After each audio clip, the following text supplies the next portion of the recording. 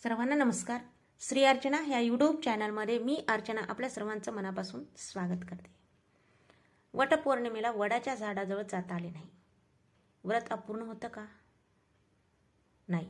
पण खरी पूजा अर्चना कशी करायची हे फार कमी जणांना माहीत आहे. वडाचं झाड दिसत नाही म्हणून व्रत थांबतं का? उत्तर तुम्हाला आश्चर्य वाटेल.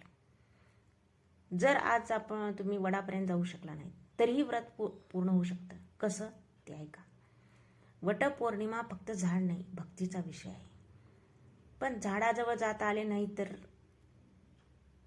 आपण घरगुती नियम करून ते व्रत पूर्ण करू शकतो. वटपौर्णिमेला वडचे झाड जाता येत नाही, व्रत अपूर्ण होत नाही. शास्त्रानुसार भाव, संकल्प, भक्ती महत्वाची असते. असं मानलं जाते की वडाच्या झाडामध्ये भगवान विष्णू, माता लक्ष्मी आणि शिवशक्तीचा वास असतो. म्हणूनच स्त्रिया वडाभोवती धागा गुंडाळून आपल्या पतीच्या दीर्घायुष्याची प्रार्थना करतात. पण जर काही कारणामुळे तुम्ही वडाच्या झाडाजवळ जाऊ शकला नाही तर घाबरू नका. शास्त्र सांगते की पूजा अर्चना ही फक्त स्थानावर नाही, ती असते मनावर अवलंबून. तुम्ही घरातच व्रत पूर्ण करू शकता.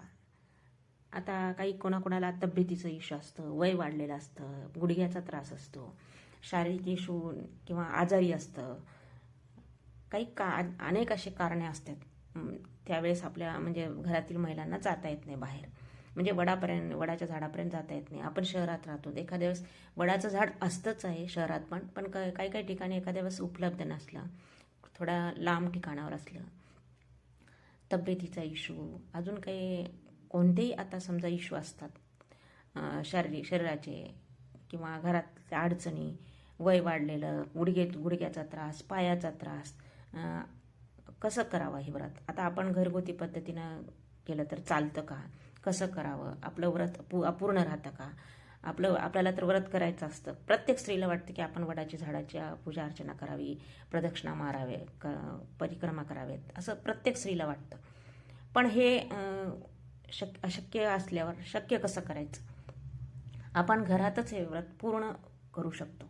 काय करायचं? सगळ्यात आधी आपण घरात स्वच्छ जागा, आपण देवघर स्वच्छ करायचं. देवघराच्या जवळच आपण चौरंग ठेवायचा, पाट ठेवायचा, जे आहे आपल्याकडे ते ठेवायचं. वटपौर्णिमेचं सत्यवानासह एक चित्र बाहेर मिळतं म्हणजे मार्केटमध्ये, ते आणायचं. किंवा आपल्याला ड्रॉइंग येत असली तर आपण ड्रॉइंग काढून ते कागदावर रेखाटून घ्यायचं. किंवा रांगोळीचं काढायचं, जे आपल्याला करता येईल तर त्या पद्धतीनं काढायचं रांगोळीचं. किंवा बाहेर मिळतं कागद, ते कागद आणायचं, आपण आपल्या चौरंगावर ते मांडायचं. कलश स्थापना करायची आणि तिथं मांडायचं.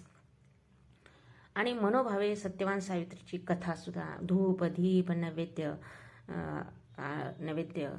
म्हणून साखर दाखवायचा, गोडधड करायचं त्या दिवशी. जर नाही जमलं तर साखर, फळ, आंबा असले तर आंबा असतोच उन्हाळ्यात, आंब्याचा फळाचा नैवेद्य दाखवायचा आणि संकल्प करायचा. मी वडाच्या झाडाची पूजा अर्चना मनोभावे करत आहे. माझे सौभाग्य म्हणजे कायम राहू दे, अक्षय राहू दे. पतीच्या दीर्घायुष्याची आपण अशी प्रार्थना करायची. ओम नमो भगवतेचा मंत्र जप करायचा आणि त्या दिवशी सत्यवान आणि सावित्रीची कथा ऐकायची, वाचायची किंवा ऐकायची, दोन्ही केलं तरी चालतं. आणि आपण मला संकल्प करूनच हे व्रत सुरू करायचं. धूप दीप नैवेद्य फुलं अक्षदा करून पुन्हा आरती करायची. आधी गणपतीची करायची, नंतर कुलदेवतेची करायची, नंतर आपल्या वटपौर्णिमेची पण आरती असते, ती आरती पण म्हणायची. मनोभावे सत्यवान सावित्रीची कथा ऐकल्यानंतर काय होतं की महत्त्वाचं म्हणजे आपला संकल्प आणि आपली भक्ती महत्त्वाची. कारण पूजा झाडात नाही, ती मनात असते. जिथे भक्ती असते ना तिथे देव नक्की पोहोचतो. म्हणून वडाजवळ जाता आले नाही म्हणून व्रत अपूर्ण राहत नाही. जर ते मनापासून केलं तर त्याचं फलश्रुती सुद्धा मिळते आणि व्रत पूर्ण होतं. कारण काय, भक्ती मोठी असली तरी अंतर काहीच नसतं आणि वटपौर्णिमेचा खरा अर्थ हाच आहे. त्याच्यानंतर आपण कथा वाचायचं, ऐकायचं. आणि ही कथा ऐकणं म्हणजे सुद्धा काय, ही एक प्रकारची भक्तीच आहे. आणि भक्तीमध्येच सर्वात मोठी शक्ती असते. कारण शास्त्र सांगतं, भावो ही सर्व देवता प्रसन्ना भवती, म्हणजे देव भावनेने प्रसन्न होतात. फक्त बाह्य पूजा अर्चना नाही, अंतःकरणाची भक्ती महत्त्वाची असते. जर मन शुद्ध असेल, संकल्प पक्का असेल, पूजा कोठेही केली तरी ती स्वीकारली जाते. म्हणून लक्षात ठेवायचं, वडाजवळ न जाता सुद्धा वटपौर्णिमेचं व्रत पूर्ण होऊ शकतं. फक्त गरज आहे ती भक्तीची आणि मनापासून केलेल्या प्रार्थनेची. झाडापर्यंत पोहोचणं महत्त्वाचं नाही, आपली भक्ती देवापर्यंत पोहोचली पाहिजे आणि हीच खरी वटपौर्णिमेची शक्ती पण आहे. झाडापर्यंत पोहोचणं नेहमीच शक्य नसतं, पण मनापर्यंत भक्ती पोहोचणं नेहमी शक्य असतं. कारण जिथे भक्ती खरी असते तिथे अंतर कधीच अडथळा ठरत नाही. वड नाही तरी व्रत पूर्ण आहे. जर मनात सावित्रीसारखी निष्ठा असेल, हीच आहे वटपौर्णिमेची खरी शक्ती आणि हीच आहे भक्तीची खरी ओळख.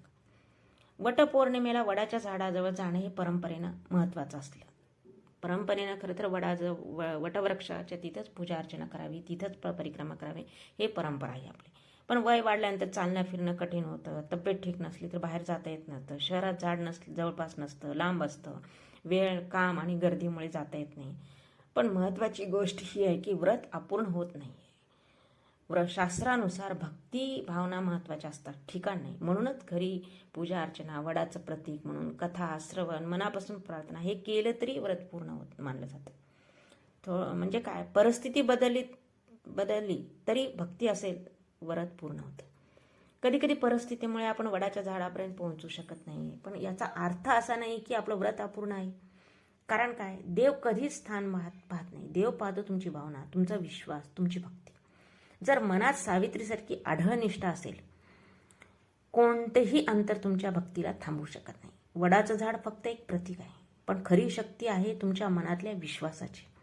जेव्हा तुम्ही मनापासून प्रार्थना करता तेव्हा ती प्रार्थना कोणत्याही मंदिरात, कोणत्याही झाडाजवळ आणि कोणत्याही अंतरावरून देवापर्यंत नक्की पोहोचते.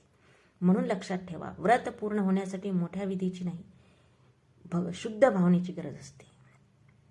जर आपली श्रद्धा खरी असेल, आपली भक्ती खरी असेल, वडाजवळ न जाताही सुद्धा वटपौर्णिमेचे व्रत पूर्ण आणि फलदायी ठरते. झाडापर्यंत नाही, भक्ती देवापर्यंत पोहोचली पाहिजे आणि हीच खरी वटपौर्णिमेची शक्ती आहे.